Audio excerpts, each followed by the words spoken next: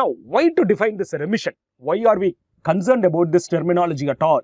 Because the prime importance of defining remission is the motivation that it provides to our patients in striving for freedom from diabetes. They can get away from diabetes. It gives lots of motivation from them. They can be like away from the medications. They can eat whatever they want.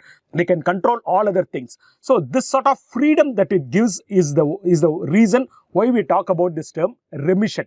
So many people with the type 2 diabetes want to be certain of removing the social stigma they feel with the label of diabetes, of decreasing the number of tablets that they have taken, or removing the threat of complications. So once we start the patients on medication, like there will be always like microvascular complication, macrovascular complication, say it happens at a period of time. So this threat of complications can be removed, decreasing the time spent in doctor's waiting room, whether the doctor will put me on this, put me on that, what will he say, and all these threats, and avoiding all the costs which are involved. So every other way, it gives them confidence when we say that this reversal is happening. So that is the reason why reversal or remission, like this is a terminology that we know to use, we have to use remission. Though it can be used interchangeably, now we have to understand. So remission and reversal people use interchangeably, but when we mean by reversal, we need to understand it is not completely, as I said earlier, you get rid of the terminology. So, or get rid of the complications, or get rid of the pathophysiological phases which is causing it. So this is very important when we use it interchangeably. We call it as this topic, like this is like this terminology of remission is there for the past 10 years or so, like 2012 or so, we started talking too much about it. But even before that, if you see this ADA article, how do we define cure of diabetes? It says like in the light of remission of diabetes, how do we define cure of diabetes? They say three terminologies: partial remission, complete remission, and prolonged remission. Now, where do we understand about this remission at that point of time is way back. This article got published in 2009.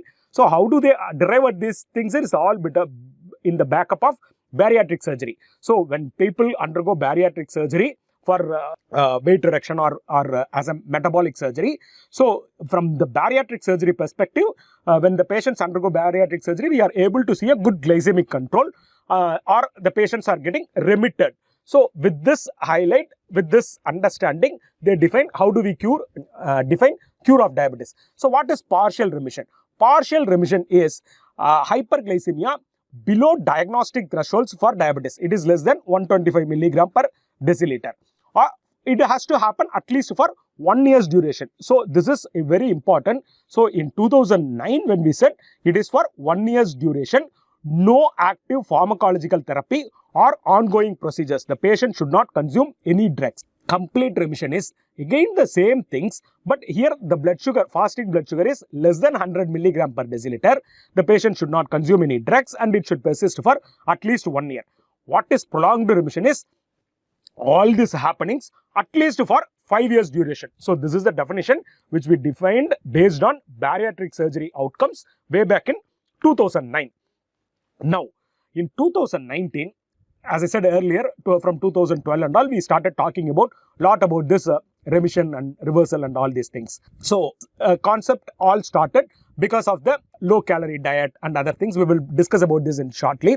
So, in 2019, there is a change in the definition of this remission of diabetes. A statement came from Association of British Clinical Diabetologists to the Primary Care Diabetes Society. So, they published a revised definition of remission, where they said this sort of remission of diabetes happens because of weight loss. So the first point is this remission is happening because of weight loss. If this weight loss could be provoked by nutrition or because of bariatric surgery. So weight loss is important. Second thing is the fasting plasma glucose has to go less than 126 milligram per deciliter, or the HbA1c should be less than 6.5.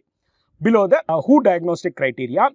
And what is important is between one reading and other reading, there should not be any drugs the patient should consume, and there should be a gap of 6 months. So this is very, very important. So the attainment of these glycemic parameters following the complete cessation of all glucose lowering therapy. The patient should not take any medication between this period and this period, and the blood sugar should be less than, fasting should be less than 126, or HbA1c should be less than 6.5 between this reading and this reading, and there should be a weight loss. So this is what was defined or redefined in the definition of remission of diabetes.